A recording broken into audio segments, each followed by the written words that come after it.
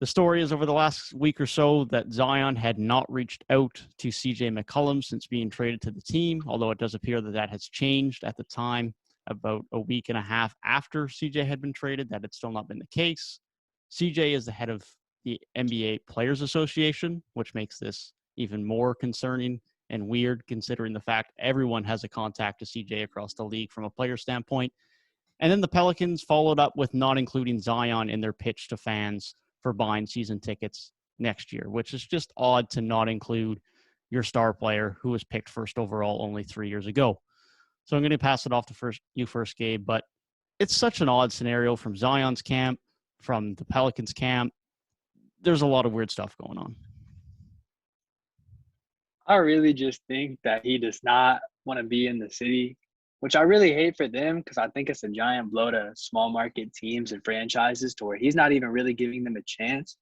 Because from a pure basketball perspective, I like their roster, I'm going to be honest.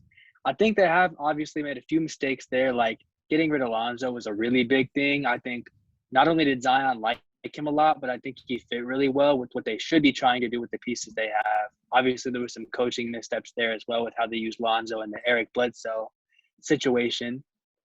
But, like, CJ as a guard there, I think he fits pretty well with them. Ingram and Valanciunas are both, like – I mean, Ingram's been an all-star. I think Valanciunas is, like, that one tier below. And so it's like you have a pretty solid roster. And then I feel like out of all things, just signing, like, some guard to be a little bit of a facilitator in the offseason could definitely be possible. So it's like from a pure playing perspective, I don't think the situation is that bad. It's literally just like he has to just hate New Orleans and want to be in like New York or LA or one of those giant markets because I don't get it personally. I've been on the train of defending Zion. I don't think I can do it anymore, man. It's getting tiring because, like you said, Gabe, he probably wants to be in like a bigger market. But what has he done to deserve that kind of pull? Like, I don't really think he's done that much. Even though he's been an all-star, I don't think he's done that much. This team has not sniffed a play-in, which is what the expectation was from his rookie year on. Like, this should at least be a play-in team. And they haven't even done that. So I think his camp is very – like, they're mismanaging this. And the fact that he didn't even hit up CJ, it's just like, that's poor, man. And when I heard JJ Redick go on ESPN and basically, like, reinforce the mindset that he's a disconnected teammate, it just like, it makes it look so bad on his part. And for him to be this young and having this many like red flags, it's a bad sign. And I saw somebody on Twitter say like, it took LeBron almost a decade to have a roster that was this talented. He's playing with like 2, potentially 3 all-star caliber dudes alongside himself, and he's still finding ways to complain. And plus the dude hasn't even played a game of basketball this season, and he's making all this noise. I can't defend that anymore, man. He needs to get his stuff together, and he needs to get healthy, get on the court, and at least give this team a chance to, see what they can do together. Yeah, I agree. I usually like to be on the side of pro player defending the player, but for a guy that has not even played 100 NBA games yet, if I'm not mistaken, it's just he's never seemed content in New Orleans. It almost just seems as if he never gave New Orleans a chance. He just went in with the mentality that he just wanted out from the get-go. And fair enough if he wanted to leave at some point. But from a basketball perspective, as you guys have said, there's no reason this can't be a competitive roster. There's no reason this can't be a team that Zion can have some success within.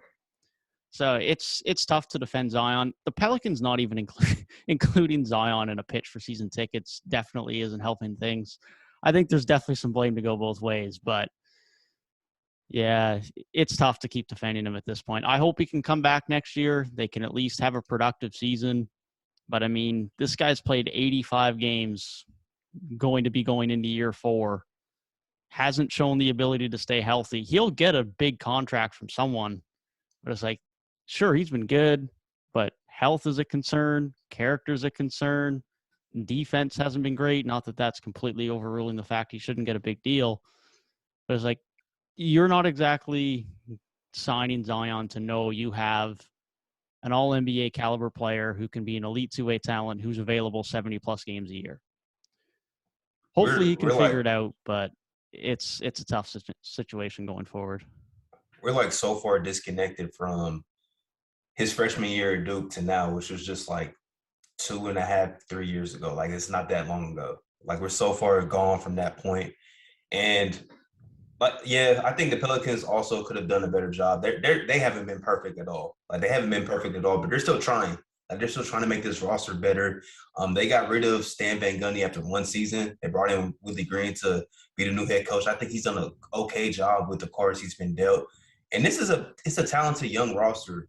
And I just don't see why Zion would be so adamant to just give up on his team right now. And it would be different if this was like somebody like Luka or even like John Morant making all this noise, because at least they've had some success. They made the postseason and stuff. Zion hasn't even come close to doing any of that. And like you said, he's only played 85 career games. Like, he's played one season and 3 more games after that. Like, he hasn't even played that much NBA basketball to be making all this noise, especially when he's not even on the court, man. It's just – I just can't defend it anymore, man. It's frustrating, because I want to see him do big things on the court. But when he's making all this noise off the court and he's not even available for his team, it's just a mess. What I will say is, to go off of that, you did mention that thing where you were like, if it was like Luka or Ja, I think you see in the Zion situation is that like distrust with the GM. And in the case of Luka, it was like, okay, I think a lot of things came out that he didn't like Rick Carlisle. He didn't like playing with Kristaps. And so they got rid of him. Like, they kind of did what he wanted. And I think Zion, he like wants that same treatment almost, where he's like, I don't like David Griffin. I think he should be out of here if I'm going to stay. Because I just come out so many times that he doesn't trust him, and like so many reports about that. I feel like it hasn't been confirmed, but it's low-key confirmed. And it's like, you got to get out there and you got to show that you're a valuable piece. Because obviously we know he has value, but like, what value do you really have if you're not playing? You got to play for the franchise if you want the franchise to do what you want. And David Griffin, he hasn't been perfect, but I mean, he's been pretty solid. Like, he made the really bad deal to get like Bledsoe and Steven Adams, but then he flipped them into things that really are not bad. And so overall, I think this roster overall is better than when David Griffin took over. So at the end of the day, like, he's really not doing a terrible job, which makes it even harder to move off of them relative to like a Rick Carlisle who's leading a team to like a 7 seed, who might have a little bit higher of a ceiling, or like a Kristaps who's constantly injured in and out, plays very inconsistent. But it almost reminds me of like, imagine if Joel Embiid had requested a trade in like the 17-18 season. Like, say you have like Ben Simmons on your roster that's like an Ingram type player, a couple of other solid pieces, but then you're like, nah, this isn't going to work. This team's had a bad culture for a while. Like, there hasn't been anything here in forever. I don't want to be here. And then he just asked out. And it's like, you're not even giving them time, because Philly wasn't really a true contender back then, but give them like 2 years. They got Jimmy Butler. They've regrouped. Now they have like James Harden on that roster. Like, just give them time and they'll give you players. You just got to give them the opportunities to build around you. And it's hard to build around you when you're not there to set the foundation. I think too, in today's NBA, unless you're like one of the top 5 players in the league, it's hard to move to an organization and build a winning team. It's not like back in the day where teams would have 50, 60, 70 million cap space and go out and sign everyone. Everything's via sign and trades now for the most part. So you don't just acquire a guy and then have a ton of talent, because you have to give up assets to get that talent back now as well. And teams just don't have that type of cap space to acquire multiple stars anymore. So it's not going to be as easy for Zion to just say, I want to go to the Knicks. Let's develop a team here and we're going to have a contender. It's just not that easy anymore compared to when LeBron did it with Miami, or in other situations where you bring in like 2 guys are just outright signed as free agents. It just doesn't happen anymore.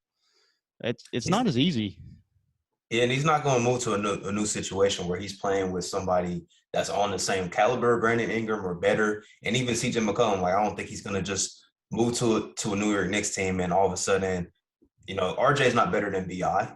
Julius Randle's not better than what CJ is right now. So it's like, the grass is not always greener on the other side. I think that's the message his camp needs to get through their heads. It's not always greener. Now, I do think there's a situation where he could end up in like Atlanta or something.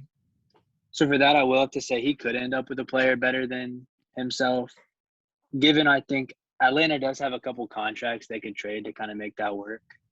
And there are a couple teams that do.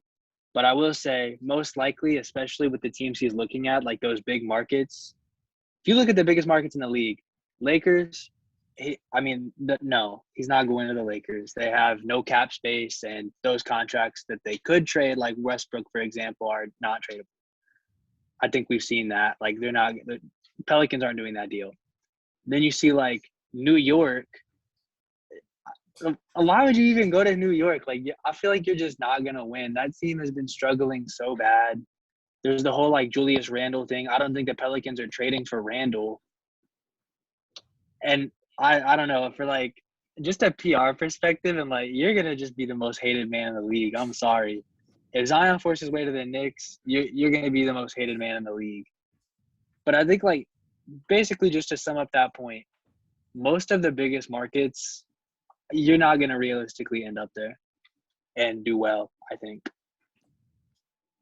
Yeah, he's bogus. He's bogus right now, man. I'm off the team Zion train for the near future because it's just getting out of hand, bro. It's really getting out of hand.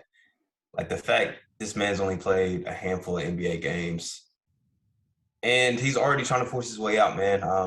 Gabe, you said something earlier, like you compared it to, like, if Joel Embiid asked out. It's kind of similar to, like, what if Giannis, did that, but he gave the Bucks another season to, he trusted the Bucks. He signed the Supermax, and he trusted that they would make the moves necessary, and they did that. So I applaud David Griffin because he's still trying to build a competent roster, but Zion's not available to play with this roster right now. So I think the onus is more on him more than anybody else. Yeah, that's why I made the Embiid comparison, because of that, like, not being available. Embiid missed, like, basically 2.5 of his first 3 seasons, I think, maybe 3.5 of his first 4, one of those 2. And so it was like, we knew you're a great player, but it's very hard to build a roster around you when you're not there. But then as soon as he came and was actually playing, then they started building things up quick. Yeah, no, I agree. I just hope at some point we can see Zion healthy and just on a court. I mean, ideally, hopefully it's in New Orleans and he at least gives them a chance, but just hope he can get healthy. He's back next year and we can just actually see him play basketball for an NBA season again, because we're 3 years in and we've only got 1 year of him actually playing a full season. So let's hope we can get there.